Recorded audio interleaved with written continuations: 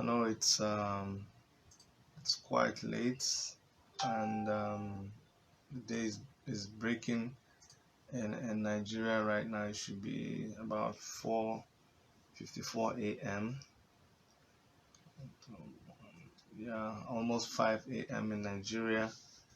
And just to let you all know, it's confirmed that the DSS, Nigeria Secret Police, have arrested Omoyele Sowore.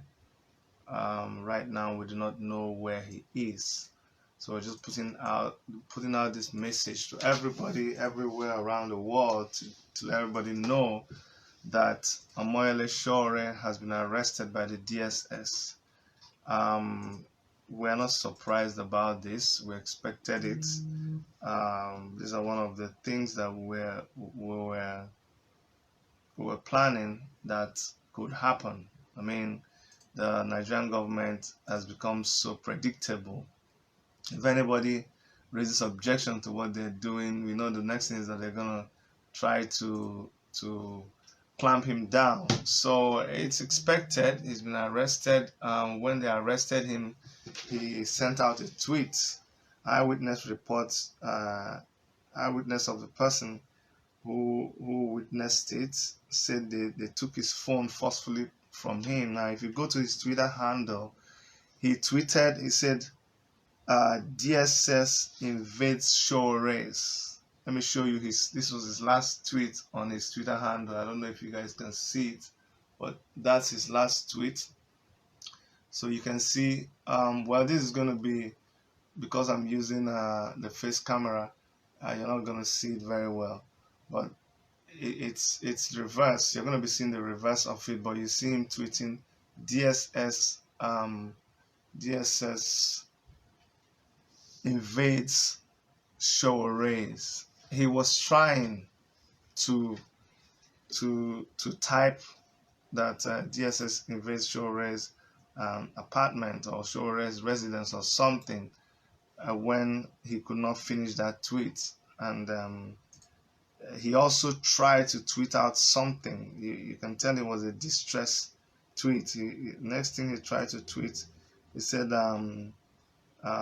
where is it now? I'll get to that tweet. Where's the other tweet?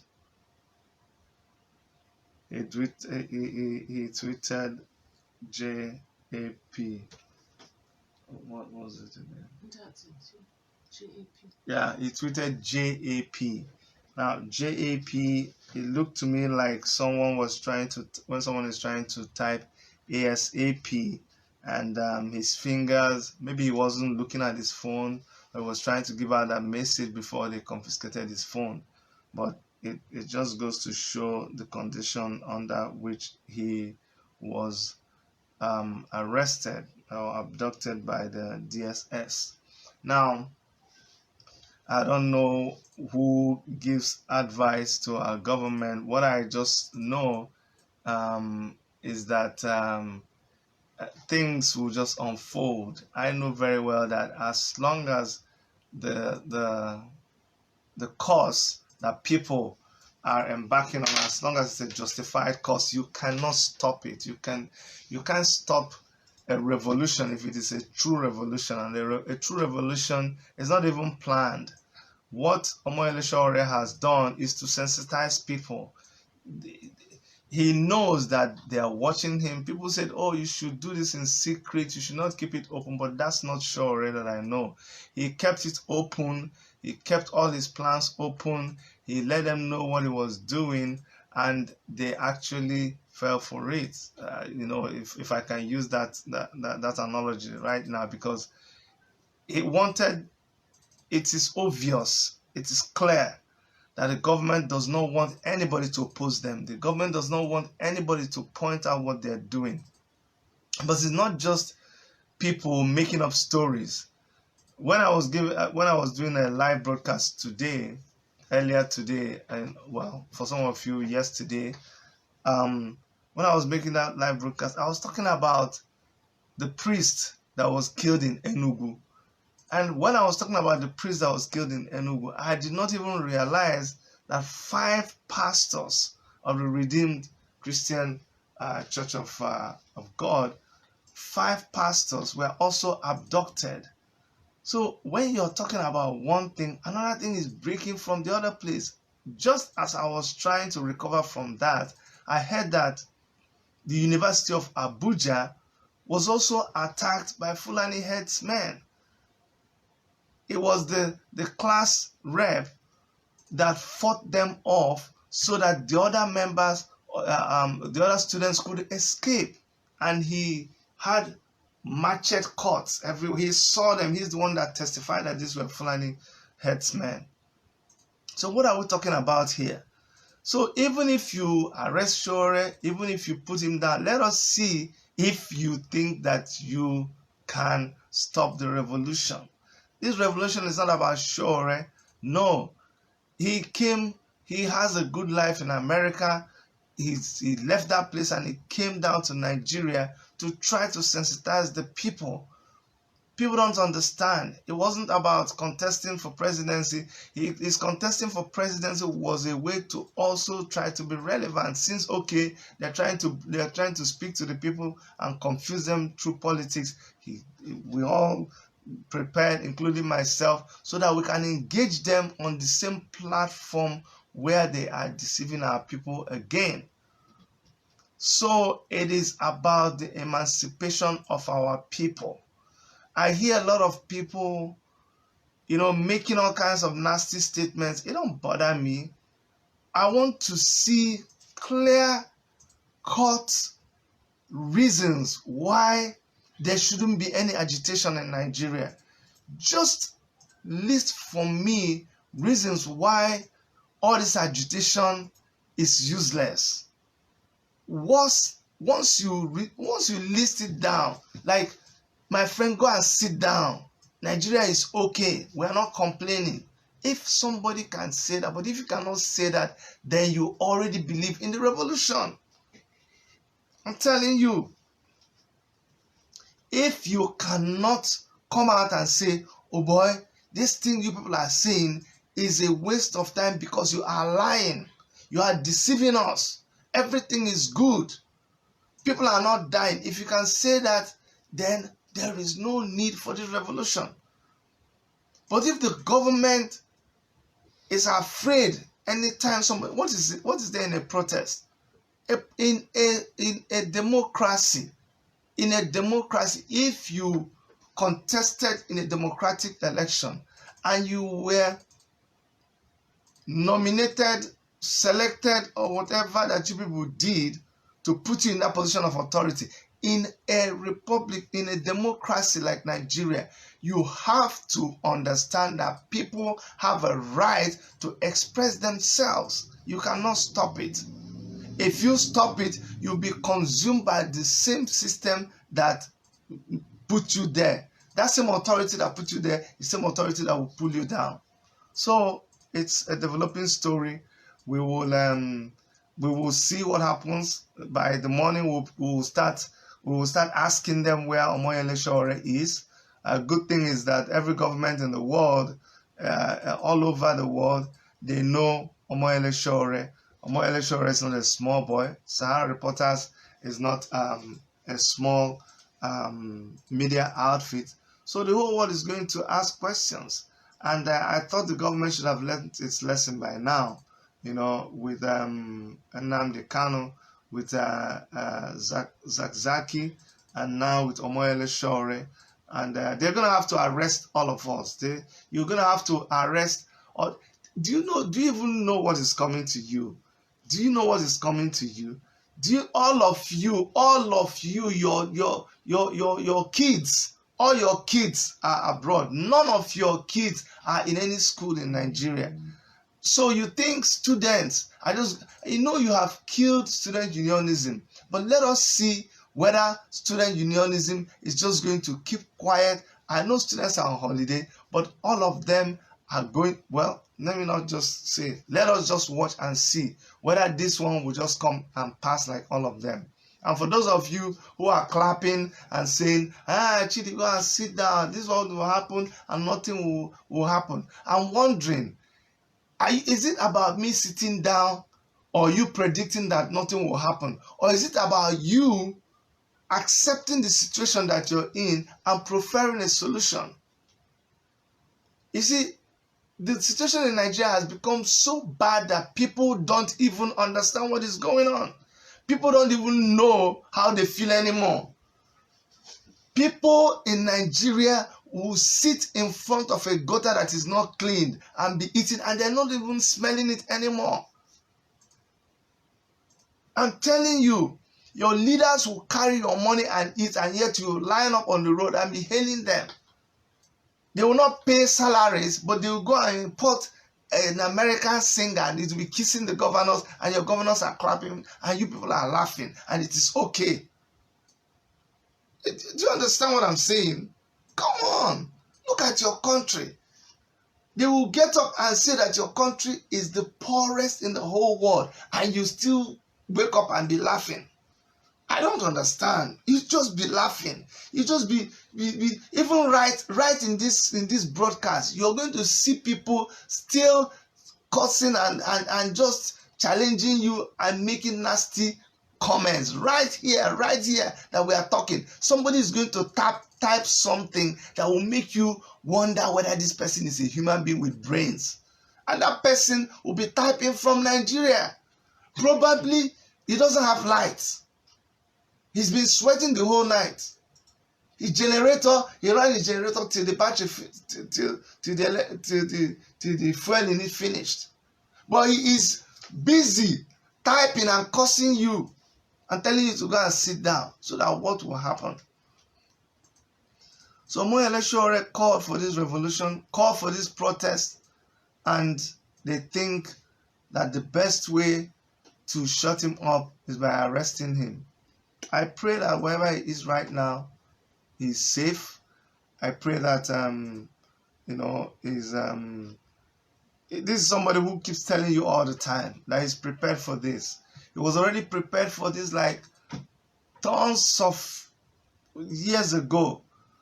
That's why he tells that anytime he's walking around, the same way you carry your wallet in your pocket, he carries a tiny bag that has his toothpaste and his toothbrush, because he doesn't know where he's going to end up the next time. He kept talking about this, kept predicting it, and this is what's happening right now. He's been arrested by DSS. We don't know where he is. If you don't tell us where he is, then we know that you kidnapped him. But let us see how it plays out. Let us see what will happen in the morning, and let us see whether let's just see. That's all I can say. So all of you, I ask that you commit him in prayers, and you do not relent. The revolution must go on. If there is ever any reason, if there is ever any justification for this revolution, it is in their kidnapping of Omoyele Sowore. You see, if they thought that he was wasting his time, they would leave him alone. But they know he's onto something. Why is their shadow chasing them? Why? If you are the way you should be, if you are the way, then leave him. Was it Sowore that went and killed the Reverend Father? Was it Sowore that other Reverend Fathers? Didn't you see Reverend Fathers in Enugu? When was the last time this is the first time in my life that I will see Reverend Fathers parading the streets, shouting. They forgot that they were Reverend Fathers. These are Reverend Fathers. The only time I see Reverend Fathers is when they're doing a procession. They carry, I'm not Roman Catholic, but I see them, they carry the incense. Maybe there's a statue of Virgin Mary, or they just carry that incense and they pray, But Reverend Fathers, they were wearing the cassock or something they call it, and they were marching on the street. It was not Omoyele Sowore that ordered them out yesterday morning. They marched to the governor's office. They said enough is enough. Do you think it's Sowore that did that? Do you think it is Sowore? You think it's Sowore that is inciting Zakzaki people? You think it's Sowore? Or you think it's Sowore that sent Fulani herdsmen to Abuja University to go and attack the students. Oh, I mean, what are you telling me? People are tired in Nigeria. People are hungry. People are dying. And when they are talking to you, you're not listening to them. You don't give them light, but you come to ask them for money, and then you come and cut the light again. Thousands and thousands and thousands of our youths are coming every day. When you have 5 jobs, you advertise it, and you get 50,000 people applying. But before you even advertise the jobs, you have already given the positions to your brothers and your sisters, to your kids. What are you talking about? All our youths are roaming the streets, and those are the ones that I'm very, very angry with. You reach out to me all the time. Brother Chidi, can you help out with this? Brother Chidi, can you? But when it is time for you people to look the people that have kept you in abject poverty and demand for it is your country, don't you understand? Don't you know that Nigeria belongs to you? If you can sit and somebody will take what belongs to you and is eating your food, and you are there looking at the person, and you are finding the person that's eating your food, then when I tell you, come, why are you hungry? You tell me, my friend, shut up, oh, don't talk to me. Then you start cursing me. I'm telling you, look at the man that is eating your food now. Go and collect your food from him. You people gather. One man, there's one of you, there's 2 of you, there's 3, 4, 5, 20 youths. You're looking at the man eating your food. You're harassing me, but the man is eating your food. You look at me, do I look hungry? I've eaten now, I have enough. You are the one that needs to take this thing out. Why would I have to be telling you what you're going through? Do you have a job? Do you have a job? How old are you? 30-something. You don't have a job. You can't even boast of 5,000 naira in your account. You should get angry. It's not about me. You should get angry. It's not about Omoyele Sowore. Go and look at the network of Sahara reporters. Omoyele Sowore does not do advert on his media platform because he is funded.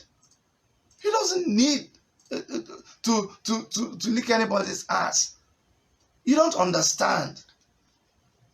It is you. It is you. It is for your sake. You that you have left school 5 years, 10 years ago, and you don't have anything that you're doing. When I was campaigning, I used to tell people, I'm campaigning for youth. And they tell me, you yourself, well, are you a youth? Why are you talking about? I said, look, in Nigeria, the youths have suffered arrested development. Let me explain to you the meaning of arrested development. Your development has been arrested. What you are supposed to have achieved at age 25, at age 55, you have not achieved it. You are stunted. You are suffering from a stunted growth. You should be angry. By 1920, government help young people. I live in Canada. You get OSAP loan. You go to school. You come out. They help you get a job. Small time you don't live in your house. But some of you, you're 35 years, you're still living in your father's house. You're still collecting money from your uncle. Why are you angry with me? When I come to Nigeria, why do you say I'm a bad man? Because I'm not giving you money. It's the only problem you have with me is that I'm not helping you. Uncle Chidi, you're not helping me. Uncle Chidi, I started helping you like 15 years ago. I'm not blaming you, but I'm trying to let you understand why you are still saying, Uncle Chidi, you're not helping me. Meanwhile, me and you should be discussing about real estate. Me and you should be discussing about businesses. But you're still telling me, Uncle Chidi, now, we're still looking for work.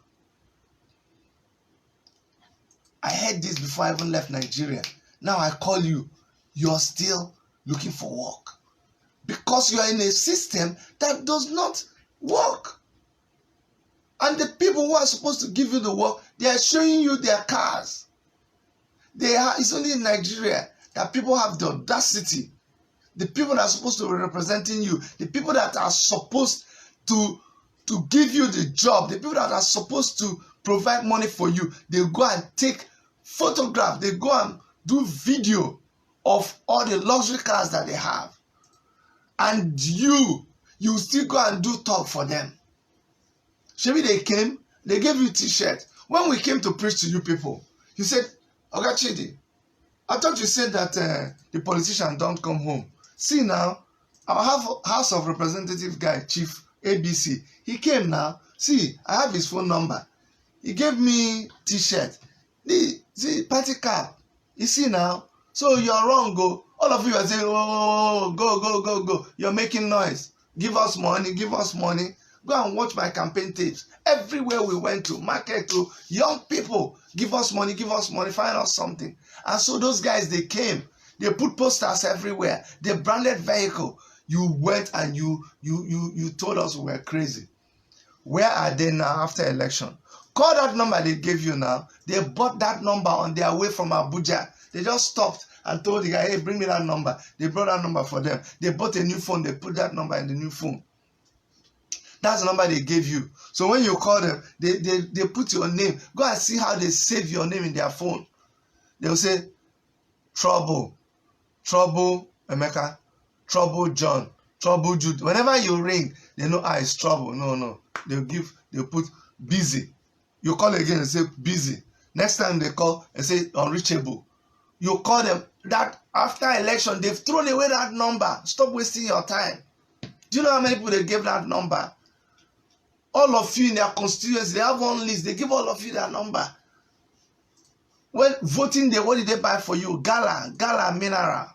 And you sold your birthright. You voted for them. How market now? Where our market? How are you feeling now? Okay, now they've arrested Sowore. Clap now, let's be happy. Who will speak for you? You're not talking. You're living in abject poverty. You don't have work. Nothing is happening. Your parents are dying. You have ordinary malaria. You go to hospital. You don't get treated. Every time I call you, you have typhoid. Every time typhoid. You raise one leg in Nigeria, typhoid. Your neck is paining you, typhoid. Every time I was sick. Every time I was sick. You can't do all of that. You don't have money in your pocket. And yet, when Sowore is trying to liberate you, you're attacking him. You come out with your own thing, let us follow you. You don't have. So what is wrong with you? What did they do you? Let me see how people are going to react. Some of you are just going to say, it's good for him. Okay, now, he's one man. Okay, it's out of the way. Let me see what you will do. Anyway, why am I talking this? It's 12:16. It's not about Omoyele Sowore. Leave Omoyele Sowore alone. Lawyers in Ikeja, Nigerian Bar Association in Ikeja, of over how many lawyers? Over 200 lawyers. They have already pledged that they are going to defend anybody who gets who gets arrested or sued to court as a result of this revolution now. Omoyele has followership all over the world. The thing is, what he intended to happen has already started happening. He intended that people should be sensitized. He did not just want the government to be, just as usual. No. And he has achieved that. Whether they like it or not, arresting him will only make him more popular.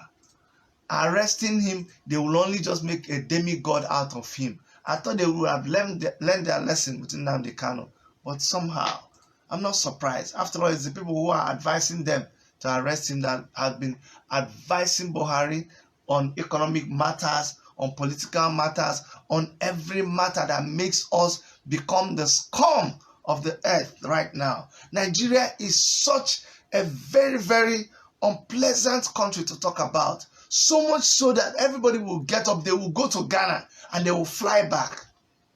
Look at Pelosi, Nancy Pelosi. He left US, he went to Ghana and he went back. The whole airlines in the world came together to decide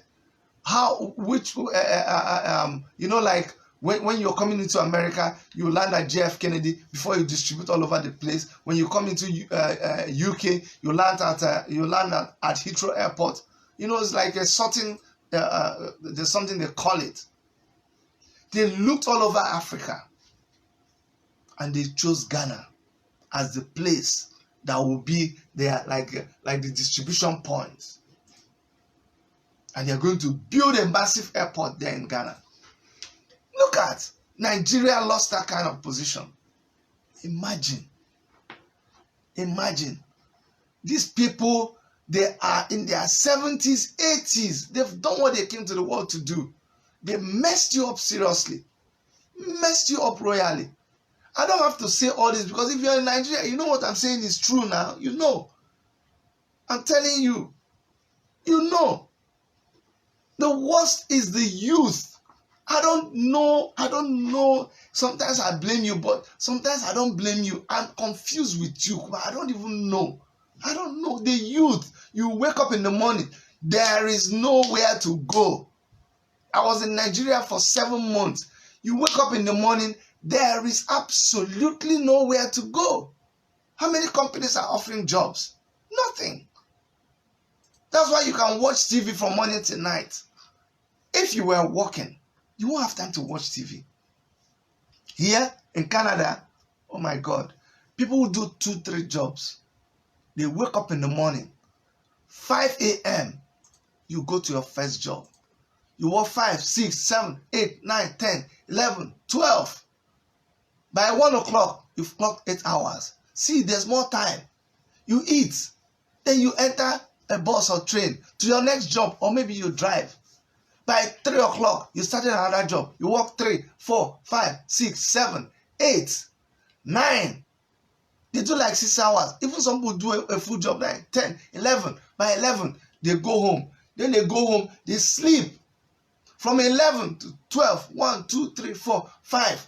They have like 6 hours. That's more than enough sleep for an adult. Which time do they have to watch TV? But in Nigeria, you know all the channels. You know all the people in Big Brother Nigeria. You know every one of them. You know all the latest dance. You know what Daniel is doing. You know what this person, you know what, I am amazed. When we put out information on our YouTube, I'm amazed at the people that are always comment all the time. And these same people, when I try to engage them, I just notice that this person they've lost hope. Absolutely. They are a time bomb waiting to explode. A time bomb of hopelessness. A time bomb of a defeated human being. Does not have a mind of their own. No ideology. I'm telling you, it's very disturbing. It is very, very disturbing. Even the smart ones amongst us, the smart Nigerian youth, can't do much. What can they do? You're smart. You have IT brain. But how? Who will finance you? Is it the banks that are folding up that will finance you? No. No. The system is crooked. The system is messed up. Pastors will wake up now and pay people. They are emboldened because they will pay people to do miracles. And these same pastors are protected by policemen.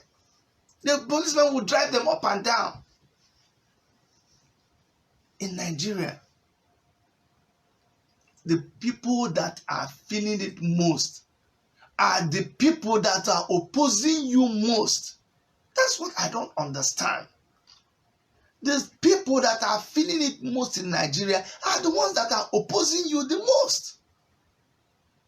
Sometimes you just say, come on, is this worth it?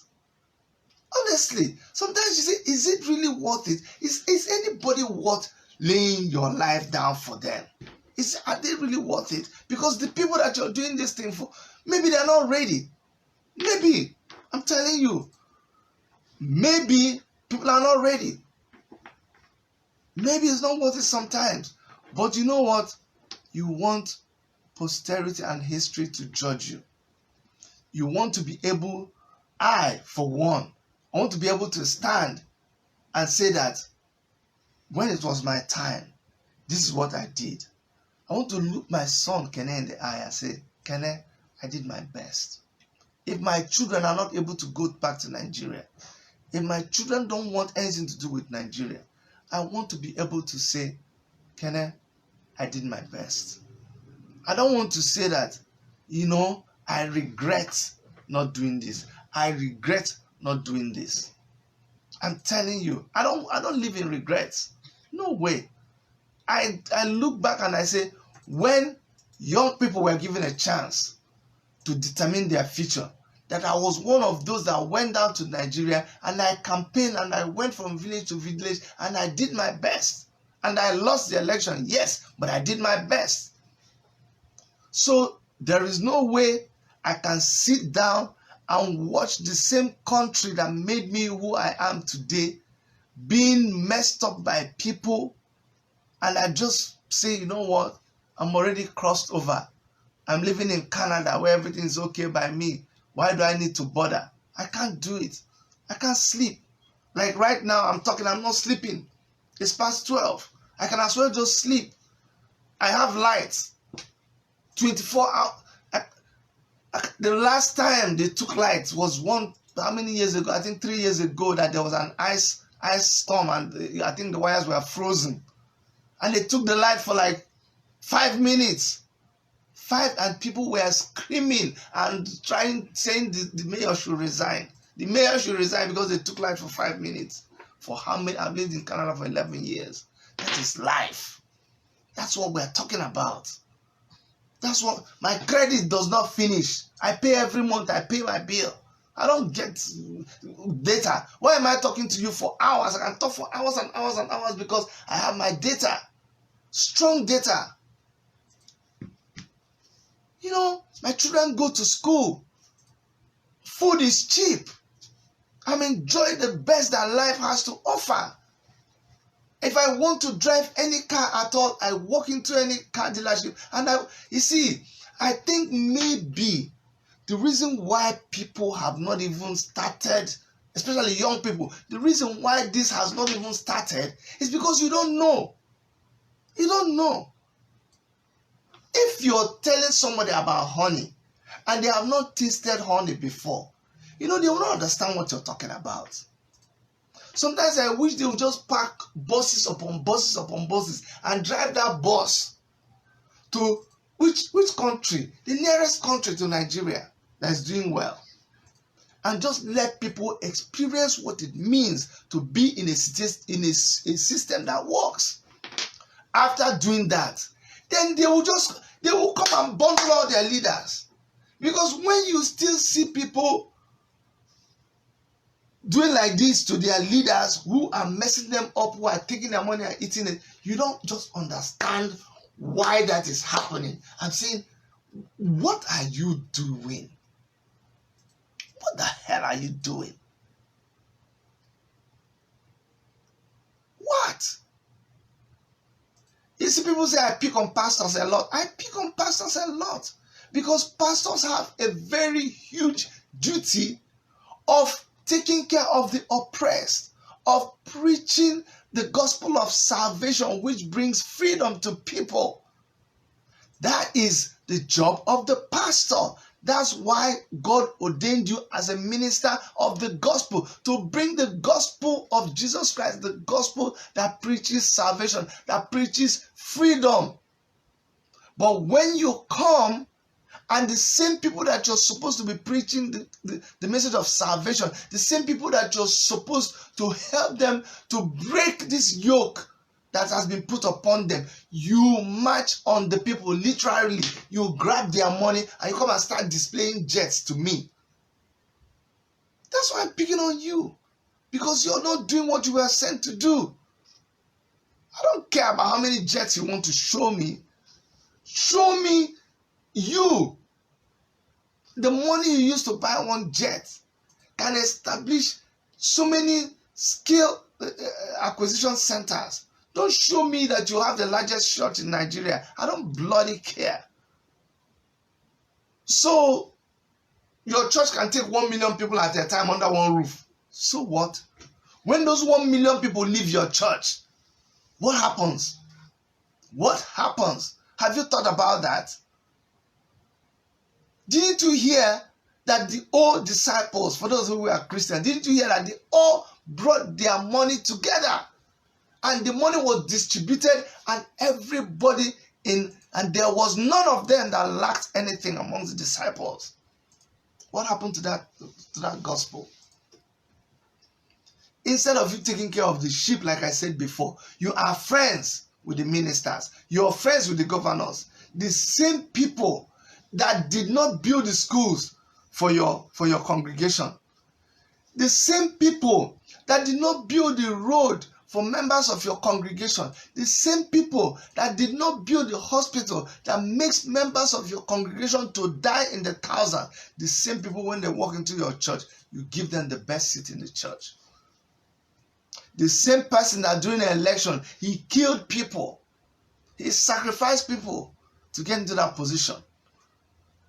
The same you that was asking me, Chidi, you're going into election. Do you think it is godly? Do you think a child of God should be in election? The same you, when that person that rigged the election, that used thugs, that killed people, wins the election, you will carry him and bring inside your church. And you take a picture and show me on Instagram. Today we are visited by His Excellency. And you want me to be happy with you. I'm not happy with you. I'm not happy with you. That's why we keep talking about it. You got to change. If all the men of God in Nigeria, whether you be Christian, Muslim, whatever religion you call yourself, if all of them were to be serious about holding leadership to account, Nigeria would be a better place now. What are you telling me? Do you see the number they command? Do you see how much money they have? And don't always get me wrong. I'm not throwing a blanket on every person who is a man of God. There are very good ones out there who keep doing what is right, who keep trying to build schools, who keep trying to build hospitals, who do so many things. You see? But it's okay. It's okay. We will keep doing what we're doing.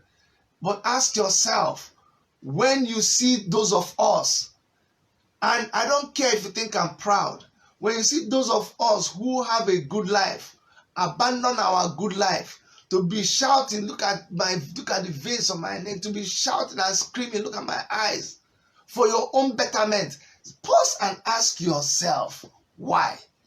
I don't have to do this. There's Caribana tomorrow. There's Caribana. Toronto is on fire. Tomorrow there will be naked women dancing all over the street. People are having parties all over. This man is in town. What's his name? It's not Techno. What's the Nigerian artist? He's here in Toronto now. People are partying everywhere. But I'm busy telling you about taking up the mantle of leadership from these people. Taking what belongs to you. Why do you think they are arresting Omoyele Sowore? They are afraid. It's even very funny. They are afraid. They recognize what he is capable of doing. That's the only time they will bother you is when you are when you're stressing them. Why do you think they try to kill Nnamdi Kanu? Why? They don't disturb you when you dance to their tune now. I'm telling you. So you must understand. Shine your eye well. Why would somebody come and be talking to you like Mumu and you listen to them? Why would somebody show you that the people that are fighting for you are your enemy and you agree and you actually be attacking the guy? Those of you, they paid you, we know you. All trolls all over the place. And we know the exact source is coming from Asu Rock. They paid you and you're all over Twitter. You infiltrate. It's not infiltration. It's not hidden. All the platforms that we're using for revolution now, they are not hidden. Anybody could sign in. So we saw you coming. We saw you tweeting. We saw you discouraging people. We saw you showing videos of where people were being shot in a protest just to discourage people. they hire you to do that kind of job against your generation, and you agree. You agree. Somebody hired you to work against your own the emancipation of your own generation, and you agreed, and you took the money, and you think that it will be well with you in life. Let us see how that pans out. But you can't stop. You can't stop the revolution. Like we said before, it will not be televised. Like we said before, it will not be on the newspapers. Like we said before, you'll be looking for it and you will not find it. It will hit you like a quiet storm.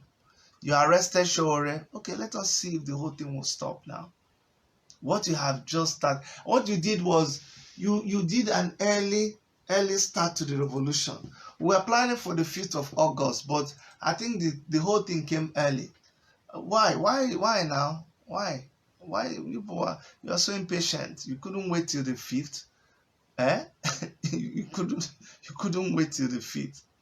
Abi, okay, let us see now. Let us see. Every time you try something, if it will work, we will see. If it will not work, we will see. You proscribe IPOB. IPOB gave you wahala, stressed you badly. You proscribe IPOB, call it terrorist group. Zakzaki didn't agree with the Fulani-led government, did not agree with the Islam of the Fulani tribe to fight against his people, the indigenous Hausa people. Because our people think that it is the Hausa man that is the trouble. Let me tell you the truth. This Zakzaki thing you're seeing is just a fight between the Sunnis and the Shiites. The Fulanis are the Sunnis, while the Shiites are the original owners of the land. The Fulanis came and they ran over the Hausa people and they chased them away. Now, all the rulers of Islam in Hausa land are Fulanis. So that is what the Zakzaki guy is fighting against, so you don't even understand. But now, you proscribe them and you call them a terrorist group. But the people that are carrying gun every day, the people that we have shown you, every attack we will show you. Every attack we will show you. When they killed the daughter of the Afenifere leader, they said it's not Fulani men. How did you know? Were you there? They released one chap who said his car was just behind the car of the lady that was shot. His family escaped. Unfortunately, they caught him. The German government helped and they released him. The video that he did, that we also published, they asked him, did you see the people? He said, yes. They had cows. It was Fulani people. And you're still living in self-denial that is not Fulani headsmen. And these same people that are committing all this havoc, they are saints. They are not terrorist group. Amnesty International, the whole world, has listed them as number 4 most dangerous terrorist group in the world. And the government of Nigeria says they are not a terrorist group. Okay, we will see. You see, you can twist things. You can push down the truth, but it will come to the surface. It does not matter. It does not matter what you do to it. Nothing. And no matter what you do to Sowore right now, you will all pay for it. I can promise you. Torture him right now. Do anything you want to him. Use cigarette butt on him. Hang him upside down. Try to break his spirit.